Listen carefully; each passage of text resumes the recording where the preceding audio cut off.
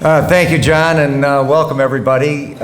We listened to a lecture yesterday in our class on sleep, and I've been so worried about this thing I haven't slept for about 6 days. I used to do this all the time, but then I retired, and it's been a long time.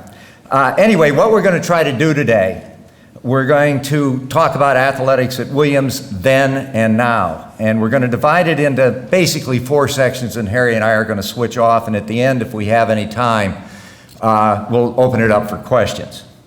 We're going to start talking about athletics in the 50s, 60s, 70s, and 80s, and then today. We are going to then, and all the changes that took place in that period of time, and there were significant changes.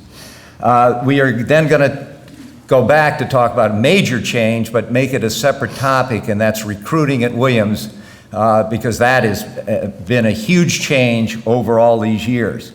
Then we're going to talk about the students we coach, and then we're going to talk about what it means to coach at Williams. So I get to start it off, and because I'm the oldest, and it's then. Now, let me talk a little bit about the coaches back in our day. You'll see him. Bobby Coombs was up there, Ralph Townsend. I'm not going to mention all of them, but you'll see a lot of pictures of them as we go through, and a lot of you probably played for some of these guys. In those days, all coaches basically coached alone except in football. They all coached 3 sports.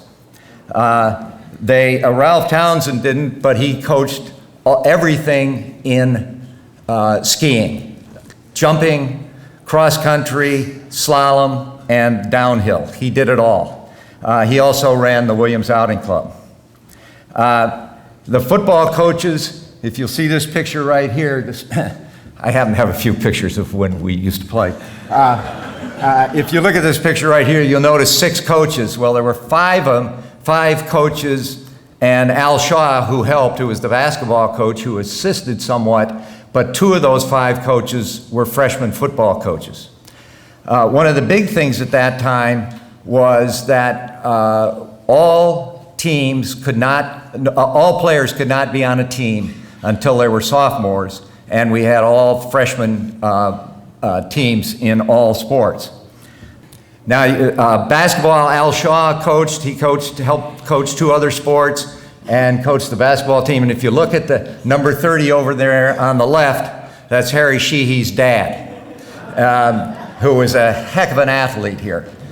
And that happens to be our basketball team. I just want to move beyond that. The hockey team, Bill McCormick on the hockey team actually coached at one time 4 sports. He coached freshman and varsity hockey because they practiced at separate times because we had 1 hockey rink, and then he coached 1 sport in the fall and 1 sport in the spring. That changed later on. And here's just some other coaches. They all fantastic, famous coaches here.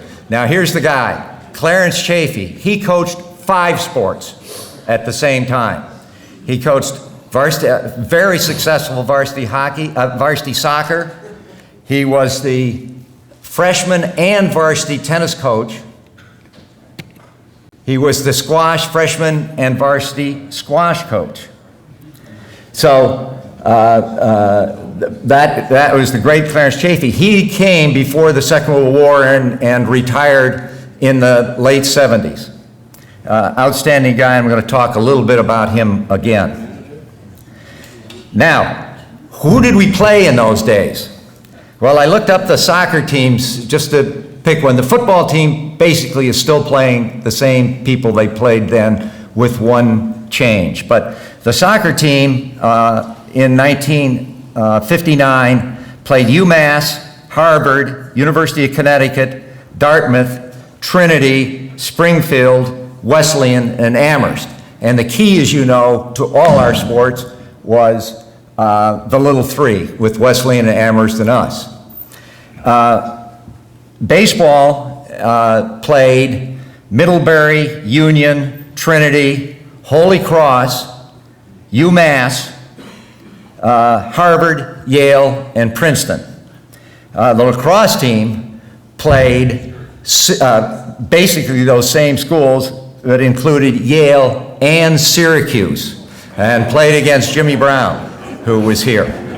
There's a great trivia question on who is the Heisman Trophy winner, and also a second person who is the National Football League Hall of Fame who played here at Williams. Think about that for a minute. Okay, so we played those kind of sports. Now, I became the baseball coach. Bobby Coombs was probably the first of these old-time, long-time coaches who retired. So I took over for him in 1974, and I'm going to go through the first 3 years because changes had really started to take place here at Williams. I meant to say earlier, the 1962 basketball team, I think, was the last team to go to the NCAAs before teams at Williams could no longer play in postseason. In 1975, the ECAC tournament came in. It was a one-shot deal. It lasted 4 days, so you could play in a tournament now. And the ECAC is the Eastern Collegiate for Division I, II, and III. So we could play in those. The second thing happened in 1975. NCAA is a little bit earlier, but the first year that freshmen could play on the varsity. So that was the death. When we started bringing the better players onto the varsity team, the freshman teams disappeared. Now, a few teams maintained JV teams, but after 75, at least in baseball and most other sports here, the freshmen played on the varsity, and freshman baseball disappeared, and a lot of other sports. I think JV basketball stayed, and there were a few others that stayed. So that was a major change coming. Now, 1976. See these characters? One of them's here. My two captains, Jimmy Trapp and Pete Eshelman, are the guys on the right in the uniforms. We played the old-time game that when Williams, as you probably all know, Williams played the first intercollegiate game against Amherst in 1859 down in Pittsfield. Well, we've recreated it. By the way, we have recreated it 3 times. Amherst won the first game, I think, 72-36. It was a pitcher's duel. But since then, Williams has won all 3. And I've been involved in all 3 of them in one way or another. So anyway, we're 3-1 in old-time games against Amherst. Anyway, Jimmy Trapp and Pete Eshelman came to me and said, Coach, remember, and this was in the fall, and this was great leadership by our captains, said, look last year we had a terrible season. We hardly played. We didn't play down south. How about we go to Florida? And I said, I don't know, I've already set the schedule up and so on. And they said, well, yeah. And I said, well, let me look into it and see what we could do. So it was the first year that we went to Florida. And we've been going to Florida ever since. And that year, we had a fantastic year. We were 11-4-1. It was the best record since the 1955-56 team that was 11-4. Had we not tied that game, we might have. And that was the best record for a long time before that at Williams. So one of the big changes for the baseball team, and other teams started doing things a little bit differently. Okay, after this, about 3 years later, I was coaching alone, and Bob Peck, our athletic director, called me in and said, what we're doing, because freshman sports are gone and other things, we're making sure, and evening it up a little bit, that all teams will have an assistant coach. And I thought, this is a great idea. That is terrific. We'll have assistant coaches. When you look at the football, you'll see what happened in football. But anyway, we'll have assistant coaches. I said, what are we thinking about? Do I go find one, or how do I do this? He said, no, we've got a new guy on the staff who just replaced Ralph Townsend, the ski coach, and He knows baseball. A guy named Bud Fisher is terrific and still here. And would you like him to be your assistant coach? I said, that's terrific. Remember in 1975, if we have another snow year like that, he'll know what to do. You know. So anyway, we all got assistant coaches. Okay. I'm just going to talk a second about coaches that influenced me of this era when I played here or was here and who I played for. Bobby Coombs, naturally. Bobby Coombs knew more about every incident of baseball of anybody I ever knew, and I've been connected with it for a long time. He was a great human being and a great man. The only thing he did is, as you probably all know, he was a fisherman up in Maine when he wasn't coaching here. And if we were losing the last game by more than 5 runs, he was in the car heading north. But he's just a fantastic coach. And I got to be his assistant, his first and only assistant for 4 or 5 years before he retired. The second one is the great Clarence Chaffee, who I never played for, but I met him at breakfast one day when I was a sophomore down at the Grimm Gym. And he said, and we talked about skiing, and he was starting to learn to ski at the age of about 60. And we chatted for a few minutes, and I cut all my classes, and he and I jumped in the car and went off skiing until squash practice started for him. And Clarence Chaffee, he influenced me because he was one of the great gentlemen I ever met. He handled his teams better than anybody I knew, and never got excited in a game. He's just an incredible guy. And the third guy is the enemy, okay? In the middle of those 5 guys is Jimmy Ostendarp, who coached football here for 3 years before going to Cornell for a year, and then being a hugely successful coach at Amherst. And the reason I put him up there for 2. Number 1, when I was a sophomore, he was about to leave. I ended up running into him somewhere. He sat me down and we talked for about 10 minutes, and he told me my strengths and weaknesses better than any coach ever had. He hit them right on the money. And he was very straightforward. He was a great teacher and so forth. He was fantastic. Okay, what are the changes? I've kind of alluded to a lot of them. Freshman sports disappeared. More coaches came on. Coaches were retiring. We had more and new coaches. Ivy League games disappeared completely.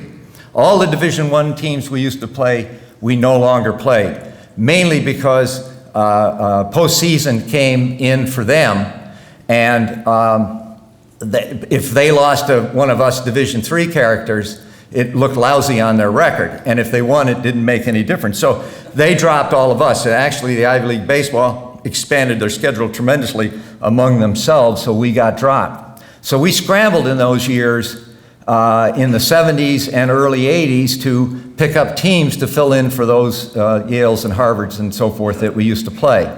And we picked up Castleton State, some state schools. It was a hodgepodge of schools. We still played the Little Three. We still played our friends Middlebury, Trinity. We went up to Maine a couple of times and so forth. We played Dartmouth every once in a while, but we had this hodgepodge of schedules, kind of state schools, North Adams State, Castleton State, and so forth. Still the Little Three was the key to it. So that was a huge change, and it was not easy just playing all different kinds of school. Now, another major change that took place when we were here, and the coaches were changing like mad, and here are some of the great football coaches that came along. And by the way, this was the football staff about 1987 or 88, and but Farley told me to say some of those guys are volunteers, and so they weren't being paid. All right, now one of the major changes that took place, women came and cheered us on, okay? In 1969, 6 women transferred to Williams.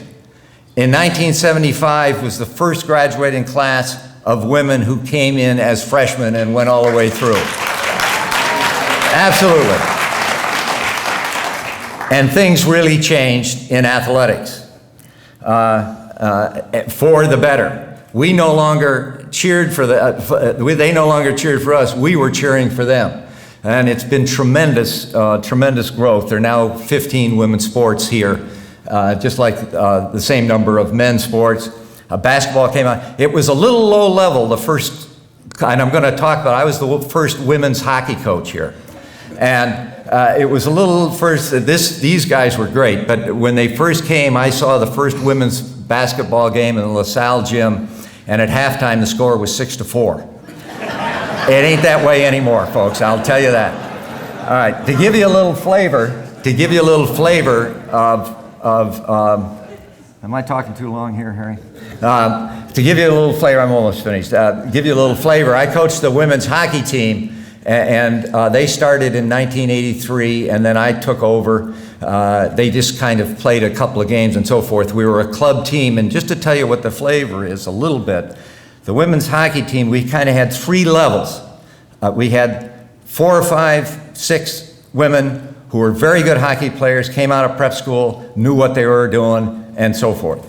We had 4 or 5 or 6 figure skaters who changed skates and learned how to play hockey. We made those the defensemen because they knew how to skate backwards. Okay? The next level, we had a big number of girls who came out for hockey. I'm talking one year, we had about 40 kids who had never played hockey who came out for it. We had to separate them in a different group and so forth. But there were some very good athletes. I recruited on the field hockey field for women ice hockey players, and in rugby. Our goalie was always a former rugby player. And we had one terrific one here who'd never played hockey before. So we had these 3 levels, and we coached. And the very first game I coached, I decided I'm keeping 4 lines, first, second, and third. First was great. Second line was pretty good and learning. Third line were skaters but had never played hockey. And the fourth line were good athletes that never skated. And I kept this fourth line on the team. And we're playing our first game against RPI, and we're winning 5-1. So I said, we got 2 minutes to go in the game. Fourth line, you're in there. Okay? So they go in and they skate around and fall down and stand up, and RPI scores 2 goals. It's 5-3. I take them out, put the first line in. We win the game 5-3. We're all, yay, it's the first game. We're pounding each other on the back, and this is great. And I look over, and one of these fourth liners is sitting over there all alone with the biggest smile on her face I'd ever seen. And I went over and I said, wasn't that great? She said, yeah, it was really great. It is really great to play in the first game you ever saw.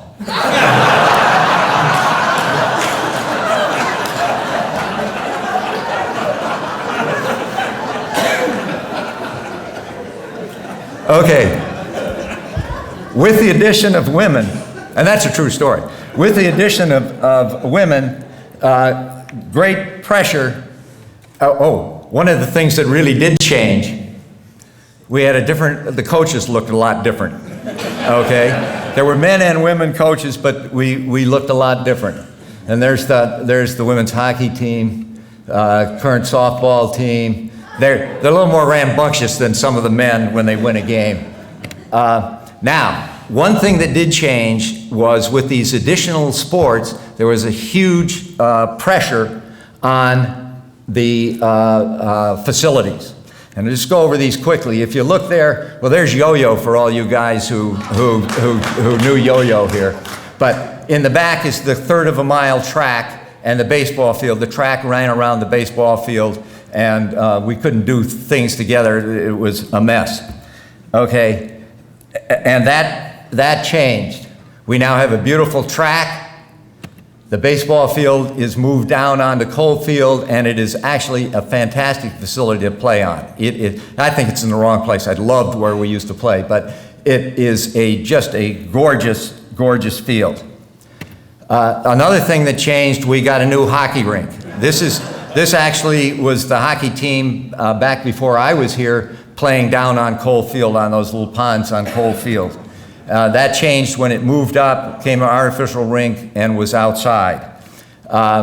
Then it changed to the modern hockey facility that we now have, and attached to it was the field house, which any of you baseball players here remember that two-laner that I think they had dog trials in or something before we got in there, and all you could do was pitch and catch in the darn thing.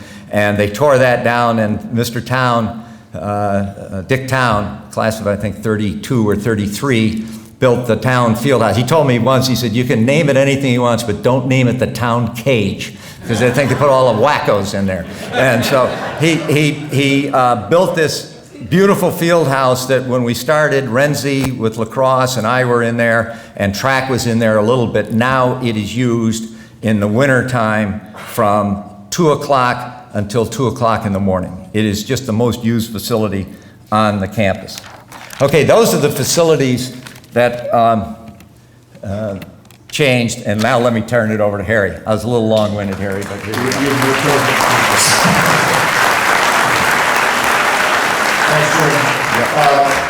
One of the huge changes, and there's a picture of Chandler with in the old gym, and I have to tell you, Bobby Coombs, the picture you came in on Bobby Coombs, one of my favorite people in the world. My dad revered Bobby Coombs and Coach Shaw, the two gentlemen that he played for. When I first met Bobby Coombs, I was about this high, and my dad brought me up and said, Coach Coombs, this is my son Harry, and he leaned down and shook my hand and said, Harry, without me, Babe Ruth would have only had 713 home runs. That was his introduction. Bob Peck went away to the NCAA convention one time, and Coach Coombs coached our freshman basketball team, and we thought we were real good.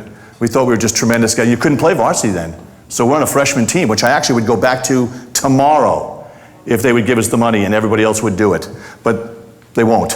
And so they asked Coach Coombs after we beat someone like 110 to 40, what'd you think of this group of freshmen? Aren't they outstanding? And he goes, and he always had the pipe, and he would go, well, you know, 110 points covers up a heck of a lot of mistakes. I thought that was great. A big change. The Little Three has always been important. By the way, the Little Three is the oldest current college conference in the country without a membership change. Not quite sure if that's important or not, but, you know, Trinity might have wanted to get in after a while. In 1994, we joined and helped to create a conference. John Surrey helped to create a conference called the New England Small College Athletic Conference. It has changed the landscape of athletics at Williams. We were never in a league.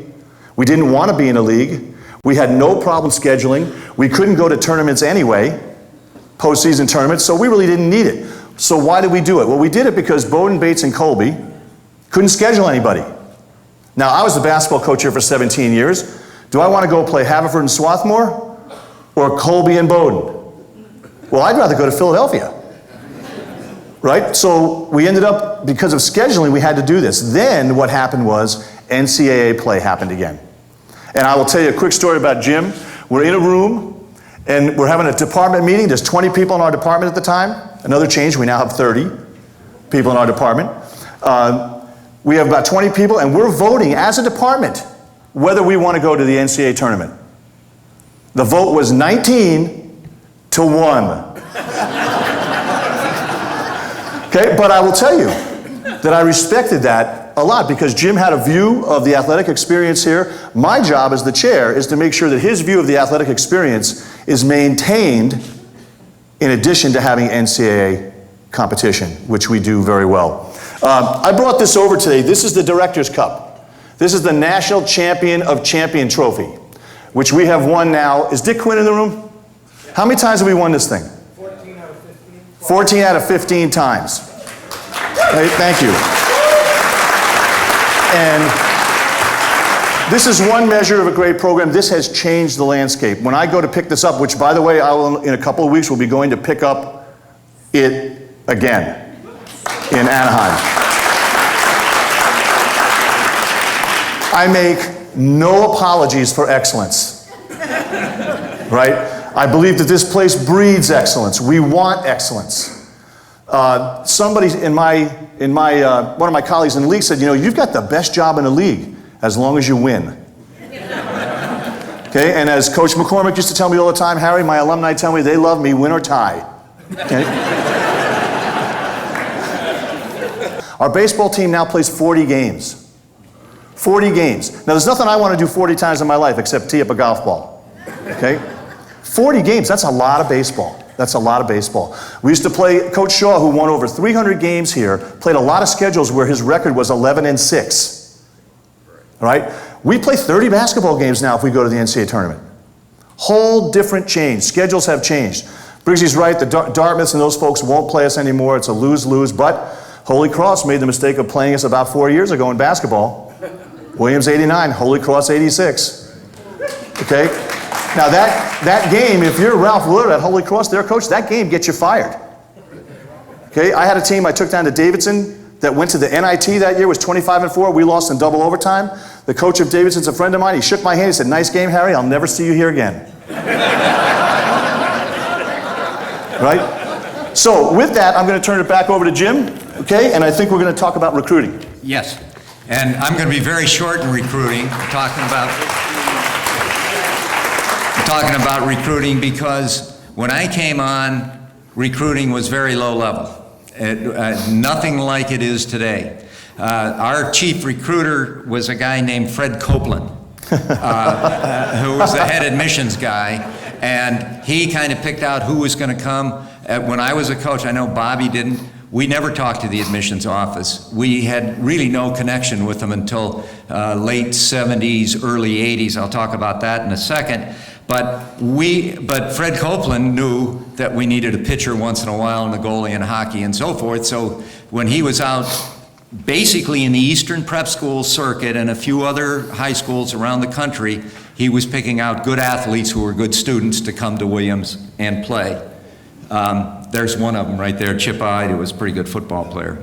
Anyway, so Fred was the guy.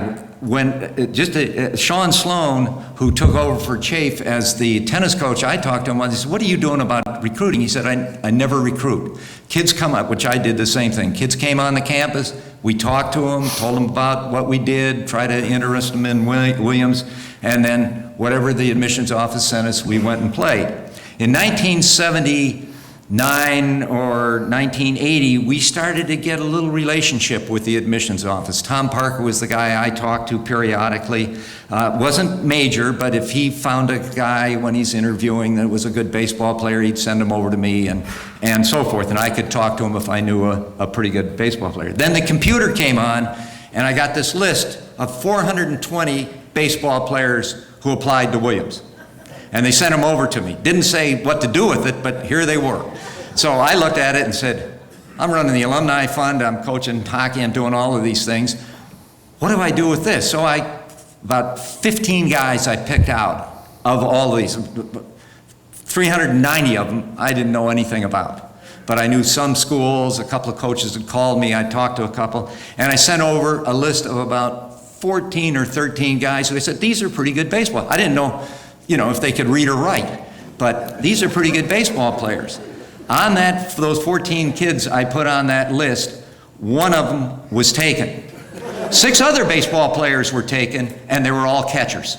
And honest to God, we had 1 pitcher and 6 catchers in that freshman class. 2 became catchers, 1 a pitcher, 1 first base, 1 left field, 1 played third base. They weren't bad, but they were slow. Anyway, so that was a change. And that was about it. And so now let me turn it back to Harry, and he's going to talk about recruiting. Thanks, Jim. Well, recruiting now, the question that Jim asked Sean Sloan, do you recruit? I never recruit. So if I said to one of my coaches, how's recruiting going? He said, I never recruit. I would say, you'll never keep your job. So we wouldn't want to get too attached to him in the department because things have changed, and some of it has changed for the better and some of it has changed for the worse. So in the mid-'80s to late '80s, I would be turning in as the basketball coach a list of 40 basketball players to the admissions office. Every once in a while I would get a call from admissions, hey, this kid looks pretty good, but frankly, Phil Smith, who I love, his job wasn't to evaluate basketball talent. So there would be many times when I would look at a kid, I'd see a film, and that's another thing that changed. Films come out of the blue at you. Now it's all digital. But I used to get films set to music. Honest to goodness, the worst one ever, Coach Odell, God bless Coach Odell, I bring it over, I watch it, and as I'm watching the recruiting video, I'm like this.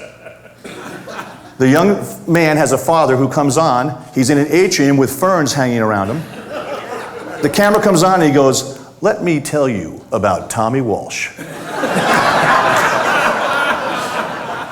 He shows him playing. The kid's 6'6", about 280. There's not another kid in the court that weighs 110 pounds dripping wet. He's bowling kids over. He's laying the ball in. He's a man.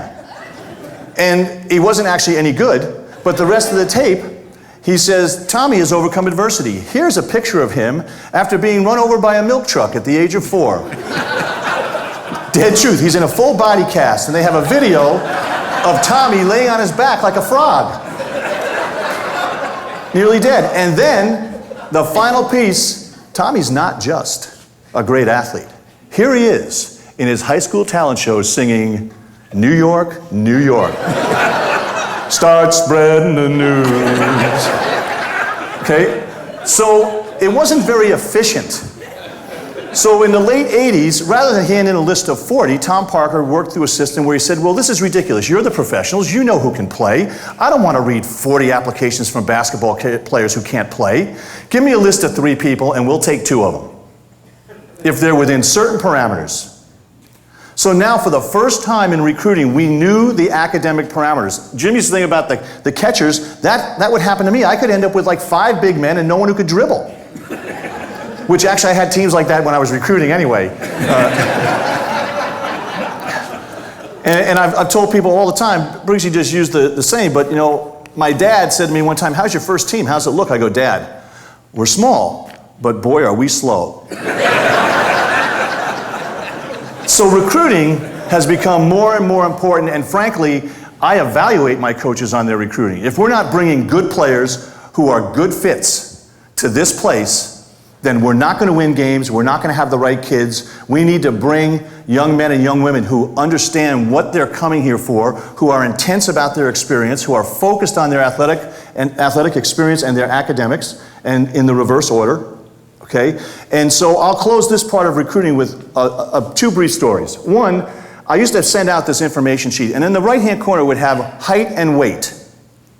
And I started to see these kids, they come in, I'm 6'8". And then the kid would come into my office, I'm like, "You're not 6'8". Who's doing the measuring? So this happened more and more. And so I told my assistants, "Okay, we're going to do a study on every kid who fills this out. And I want to know whether mom and dad filled it out or the coach filled it out.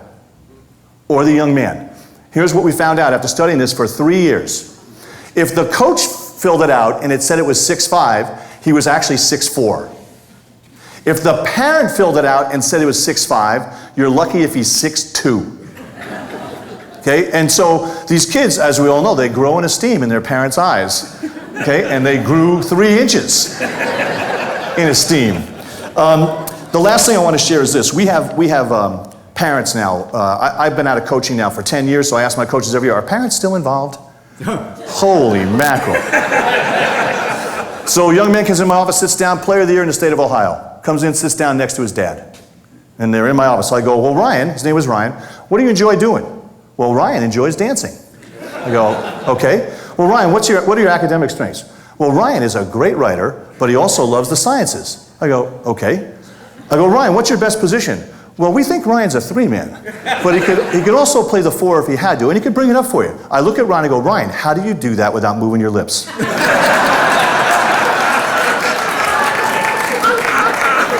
And so I go, Marty, whose dad's name was Marty, I go, "Marty, you stay here. I'm taking Ryan down the hall."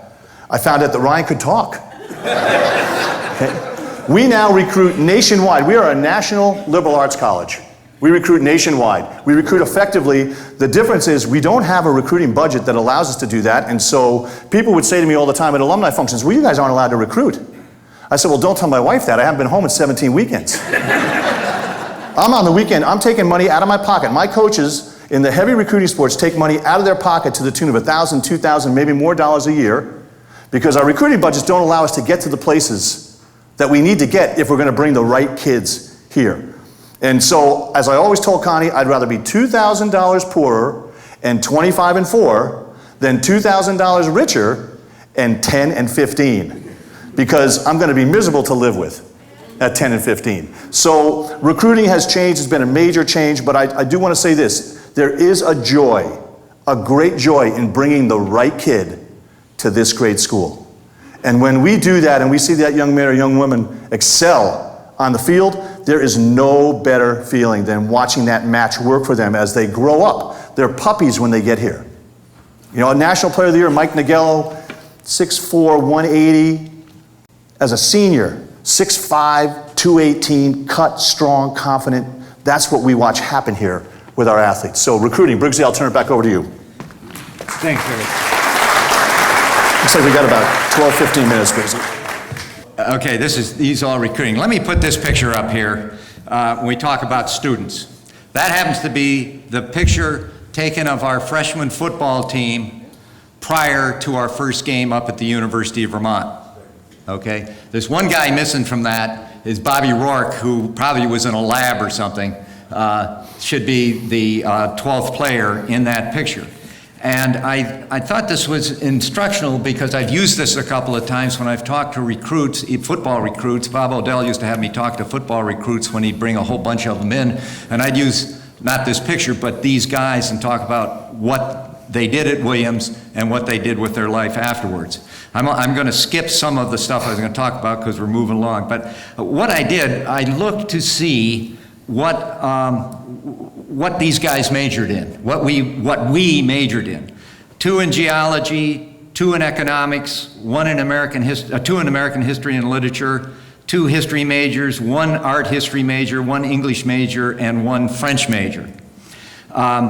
Where did we go? 5 went into business, 3 became lawyers, but 2 of them left being lawyers, John O'Brien being one of them, who's the guy right over there to he would be the left guard, and he started as a lawyer and then became the headmaster of one of the great schools in the country.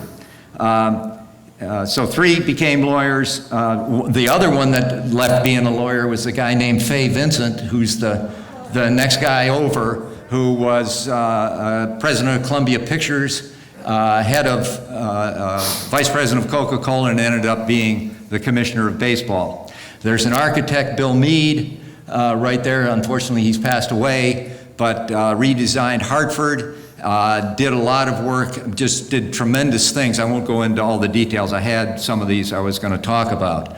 There is 2 business people on the left, Al Erb and Ed Eggers, another lawyer on the right, Sandy Smith, and in the middle is a guy named Dave Pereski, who is the greatest entrepreneur ever to go to Williams College. And as a student, he sold us everything there was. He put himself through this school. He put himself through Harvard Law School, Harvard Business School, started Crimson Travel Agency, and now the building called Pereski, which used to be the Student Union, is named after him because of a tremendous gift that he gave to Williams. In the backfield, generally, we were all teachers. And 2 of them actually went to work for John O'Brien. We didn't know we were going to have to all go work for the Guard. Yeah. But anyway, we became teachers, or I came to Williams. The other guys, Bob Stegman was John O'Brien's Dean of Studies. Actually, Bobby Rourke came and taught here French. I actually came up and visited him when I got my job. Jimmy Ryan, though, was a businessman who punched holes in the ground and has done very well and redeveloped Greenville, South Carolina. Just a fantastic job the guy did. Okay, that was us. I could have picked the basketball team, the 62 basketball team. I could have picked any other teams, our teams, lacrosse, soccer, any of those teams. I didn't. Or I could have picked all the art mafia, who were a bunch of athletes. A lot of them were athletes here. I did look at some of our other athletes. Dave Reichert in '67 was a fantastic skier and a Marshall Scholar. Karen Walker, a great swimmer. Carl Samuelson saw her swimming in that, the 2 laps we had to take at the beginning of school to see if we didn't drown, and said, hey, swimming starts on November 15th. If you'd like to come on out. She came out and was a fantastic swimmer and was the first woman's Rhodes Scholar here. Chris Suits played middle safety on the football team, Rhodes Scholar. The girl standing to my left is Beth Ebel, who, I gotta have a quick story about her.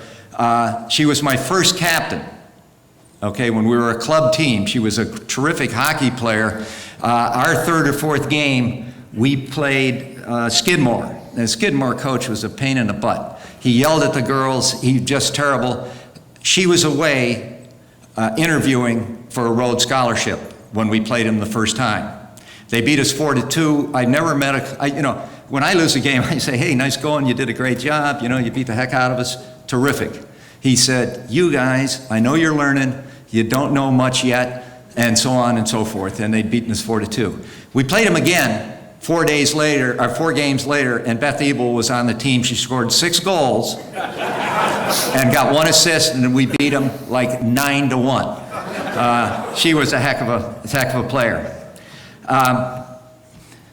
Now, I'm going to just read you something about this player, a hockey player. His name is William Bruce. He graduated in 2008, and I want to read you just briefly what he did at Williams and some of the odd things. He founded a mentor program pairing Williams athletes with local kids. He created a financial literacy course for local adults. He recruited volunteers to work in homeless shelters. He tutored local elementary school students. He was co-president of the Lehman Council for Community Engagement. As the hockey co-captain, he won the National Hockey Humanitarian Award and the National John Wooden Citizenship Award, which is given to one player of all athletes in the United States. He was a double major in history and economics. He earned berths on the NESCAC All-Academic, All-Sportsmanship team. He won the Williams Grosvenor's Cup, the Willard E. Hoyt Memorial Award. He graduated magna cum laude, Phi Beta Capita, and was a gargoyle and the chairman of the Honor Society. And when he left here, he went to Oxford University and just is returning from that, as a matter of fact, right now, on the prestigious Martin Wilson Fellowship. Now, Al Martin played football and lacrosse in my class here at Williams. Okay, well, that guy's a superstar. But we have a lot of people like that. I said, that's one of a kind when I saw him. We got to coach people like that. So I went through and I looked at other teams. And I said, what would be a good team to pick to see what they majored in and this is the graduating class this year's seniors on the varsity football team. And so we don't know much what they're going to do in the future. But I wanted to see what they majored in and see what they did. 4 of them, political economy. 3 of them, political science. 1 English major. And then it gets better. 1 history and political science and leadership studies. Triple major. Double major, history and political economy. Double major, Arabic and Mideast studies. Double major, history and economics. Double major, art and economics. Double major, mathematics and economics. We get to coach kids that are like that. Some of these guys will go on to be doctors, lawyers, some will work in business. One might even become commissioner of the National Football League, just like we had on my team, only in baseball. So I said, we had one of a kind. I go to graduation this year and find that a guy named Zach Miller, who's the valedictorian speaker of the class, was co-captain of men's hockey. I look up to see what he did. It makes the other guy look like he's just trying, okay? It's unbelievable what this kid did academically. He won every award there was and so forth. He was a speaker at graduation, gave a tremendous talk, and he is going next year on the Martin Wilson Fellowship to Oxford. So those are the kind of kids we get to, this is the high level ones, but we get all kids who are interested, excited about academics, and generally do a fantastic job. Now, let me turn it back to you, Harry, to finish up. Okay, Jimmy, thank you. So I'm going to finish up. Jimmy, can we put Bobby Coombs back up there? Can we get Bobby Coombs back up there? Is it possible? I want to, you're getting all your coaches. Yeah. So. We're going to talk about what it is to coach here now at Williams a little bit. And so some names that as I think of, because I've been coming here since I was this high, and I look through the generation of coaches, Lamb, Waters, Muir, Shaw, Plansky, all names that those were the icons. Those are the people that I grew up hearing about from my dad. And then you look at Farwell, Mason, Manny, Russo, Farley, that next generation. So I find it incredibly challenging to be the person that gets to hire the next generation of people like that. And that's my job. My job is to bring those types of people here to work with the Will Bruces. And so I'm going to close our time here today by just talking about coaching a little bit. Now, I get asked all the time, is it important to win at Williams? Yes. This is not a good place to lose at. Okay? Now, but more important than winning is giving our coaches and players the resources to try to win, to try to be successful. If there are any of my coaches in the room, they will have heard this. This might be the 7,000th time they've heard this. If you're at Williams and you're a coach, you need to work harder than anybody else in the league, and you need to understand Williams. Always need to understand the culture of the place that you work. If you work really hard and don't understand Williams, it's not going to work. And actually, there are a few coaches that come to mind. One in football in the late 60s. Had coached under Woody Hayes. Now, Woody would not have made it here. Okay, it would have been tough for Woody. Well, where are you? I had a lab. Well, get out of it. That's not going to quite work. Okay, you have to work hard and understand the place. You can understand the place and not work hard, and it's not going to work. So if you look at the programs that are successful at Williams, and most of them are, that's because we have coaches who really get it. They get what it is to walk into their office every day in this environment and coach kids like the Will Bruces. Okay, and secondly, I want every one of my coaches to be teachers. So what do they teach? They teach skills, right? Every one of these games has skills. I often told my players that if you want to be a good basketball player, you have got to be able to overcome boredom. Because what do you need to do to be a better shooter? Well, you better go shoot 1,000 shots every day for a year. 1,000 shots a day. 365,000 shots. Now, if you're not better after a year, buy a violin. Because you're not going to be a basketball player if you do that and you don't get better, right? I want them to teach skills. I want them to teach perseverance. I want our kids to learn to overcome adversity. We spend, and I'm going to blame my generation, we spend so much time as parents in my generation trying to rescue our kids. And we have lost the value of struggle. And there's a great value in struggle.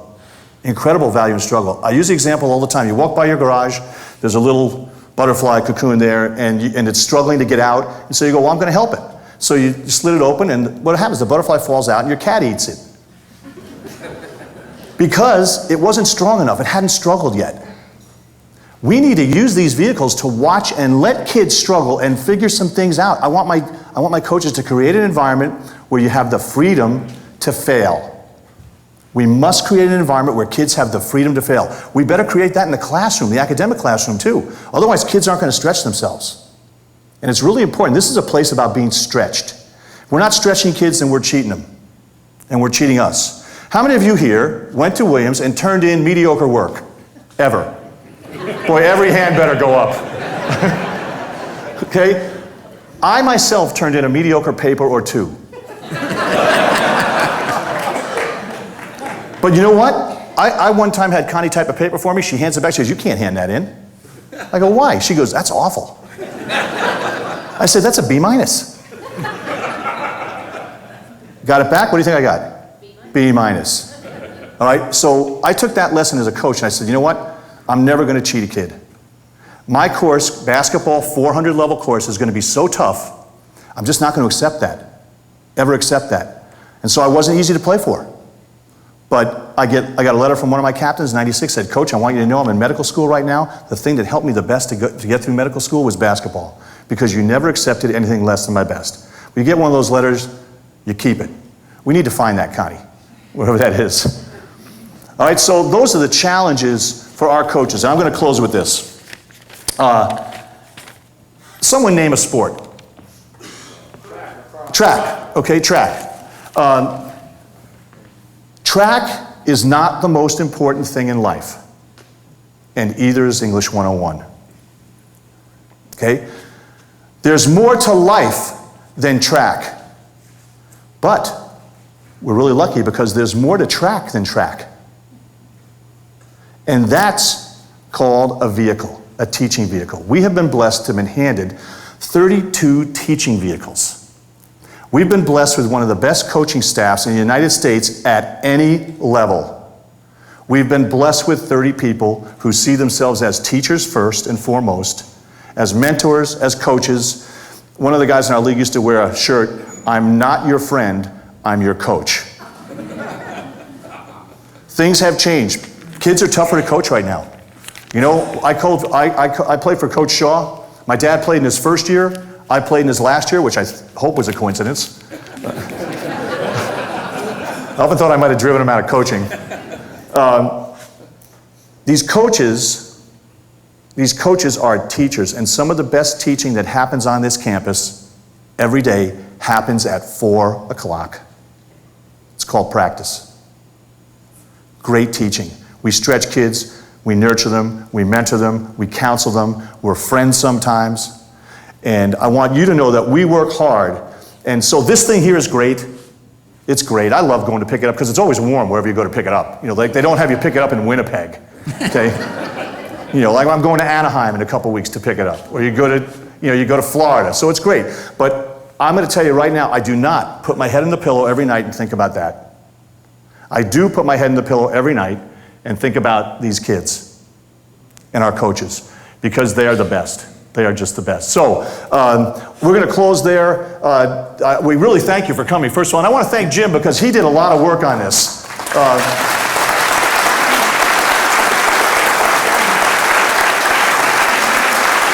As we end, I want you to know this. We work hard. Jim worked hard for all those years. I work hard. My coaches work hard. We want you to be proud of us. We're not perfect.